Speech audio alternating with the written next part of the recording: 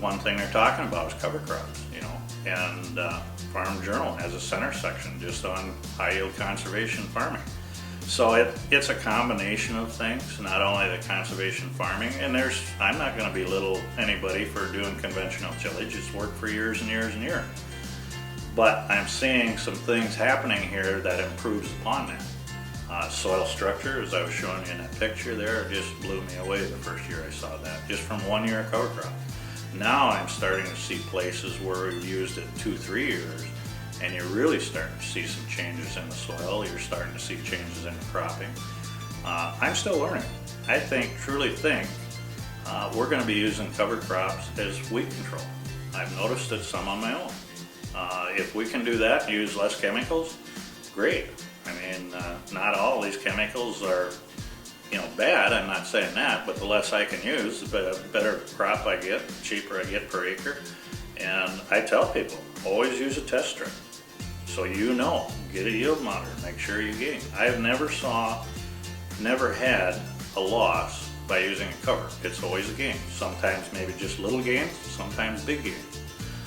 The big thing that I think is going to happen, and I actually heard it from another speaker when I was talking up to college in Marshall last year, and explained about the water infiltration and stuff, and this other speaker, he had livestock and he tried new things. And we were having lunch afterwards or during the meeting, and he said, "Do you ever notice you're not calling that tiling machine all the time since you started using covers?" And I thought, yeah, I remember I had prevented plant. It was so wet, I couldn't go through. It was black, shiny on top, put the covers in there because I didn't plant it that year. The next year, it was wet. We drove right through it. A friend of mine, Dave Christopher, right over here, he's been doing covers about as long as I have. He's got one farm, and we were driving to a meeting, and all of a sudden he's stopping on the highway. I said, "Now what are you doing?" "Look at my field," he said. "Here's a big low area, and of course the fence line's down there. Here's a big half circle, probably 5 to 8 acres setting in water in early spring. His side has no one setting there." He said, "That used to have water setting there like that. After the covers now, I'm not having it." So we're learning lots and lots of things along the way.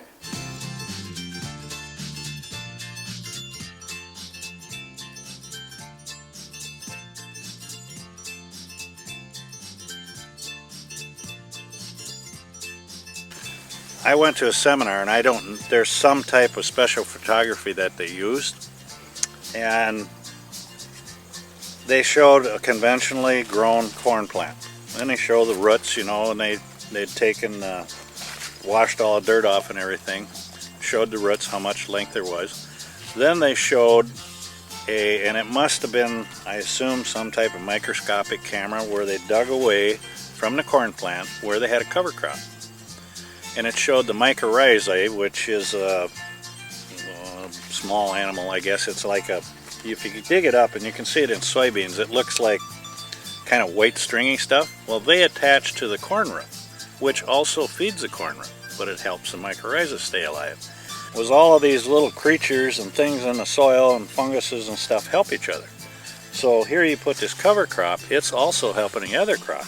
Now, I've had guys ask me, well, what are you going to do if you get a drought and it's sucking too much moisture? Fine, I'll go kill it. But on the other token, I'm not going to get as much evaporation either with this cover here. So you get dry weather, I'm keeping moisture there by not letting the sun bake the ground and evaporate the moisture out of there. And you know, it's not rocket science. Actually, probably some of our fathers and grandfathers were doing this. You know, we always had oats. When we planted oats, what do we do? Oh, we put clover in there because we're going to plow that down. Boy, would you get a corn crop the next year. Well, granted, we got away from small grains. It's now corn and soybean. But what if we can do a cover crop along with that and add some nitrogen or scavenge some nitrogen? People don't realize, yes, we're trying to conserve on nitrogen. We don't want to spend any more than we absolutely have to get the biggest yield we can. But there's always nitrogen being mineralized in the soil. There's always a little left over that maybe the crop didn't use. I'm kind of a tightwad. If there's any down there, I want to keep it. So then what do? I plant my cover. It sucks up phosphorus and nitrogen, holds it there. Then the next spring, when we put on our pre-emerge herbicide or our herbicide, we take care of it. And then it starts releasing any nitrogen and stuff that was left over back to the next crop.